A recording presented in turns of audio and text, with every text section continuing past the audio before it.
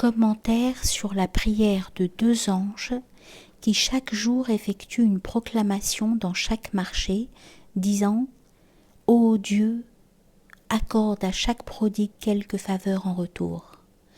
Ô Dieu, octroie à chaque avare quelque fléau en retour. » Et l'explication que le prodigue est celui qui fait de sérieux efforts dans la voie de Dieu et non pas celui qui gaspille ses biens pour des fins sensuelles. Le prophète, paix et bénédiction de Dieu sur lui, a dit « En vue d'admonester, 2 anges font toujours une proclamation, disant « Ô Dieu, fais que les prodigues soient toujours satisfaits, donne-leur une récompense 100 000 fois plus grande pour chaque dirham qu'ils dépensent. Ô Dieu, ne donne aux avares de ce monde que perte sur perte. Oh, plus d'un acte d'avarice est meilleur que la prodigalité.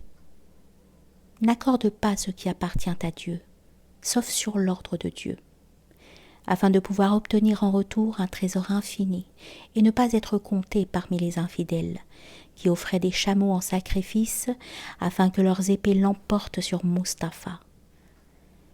Efforce-toi d'apprendre quel est l'ordre de Dieu de quelqu'un qui est uni à Dieu. Ce n'est pas n'importe quel cœur qui comprend l'ordre de Dieu. Comme par exemple l'esclave, l'ennemi de Dieu, qui fait ce qu'il croyait juste en octroyant ce qui appartenait au roi à ceux qui se révoltaient contre lui. Dans le Coran, les imprudents sont avertis que toutes leurs dépenses sont la cause pour eux d'une peine amère. Quel résultat va produire l'équité et la justice de cet ennemi aux yeux du roi? Le bannissement et la disgrâce. Les chefs de la Mecque, en guerre avec le prophète, offrirent des sacrifices dans l'espoir d'obtenir la faveur divine. C'est pour cette raison que le véritable croyant dit dans sa prière par crainte « Dirige-nous dans le droit chemin ». Il convient ainsi à l'homme généreux de donner de l'argent, mais en vérité, la générosité de l'amoureux, c'est d'offrir sa vie.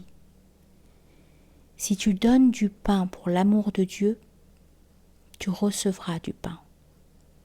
Si tu donnes ta vie pour l'amour de Dieu, tu recevras la vie. Si les feuilles du platane tombent, le Créateur lui octroiera la récompense de sa pauvreté. Si à cause de ta libéralité nulle richesse ne demeure dans tes mains, comment la bienfaisance de Dieu te laisserait-elle opprimer? Lorsque quelqu'un sème, sa grange devient vide, mais il y a de l'abondance dans son champ de blé. Et s'il laisse les semences dans la grange et les économise, les charançons, les souris et les calamités les détruiront. Ce monde est la négation de la réalité.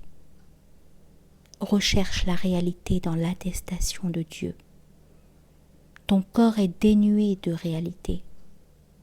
Recherche en ton essence. Amène à la mort l'âme animale amère et saumâtre. Acquiert l'âme semblable à une grande rivière douce. Et si tu ne peux devenir l'un de ceux qui fréquentent ce seuil, attends de moi du moins l'histoire suivante.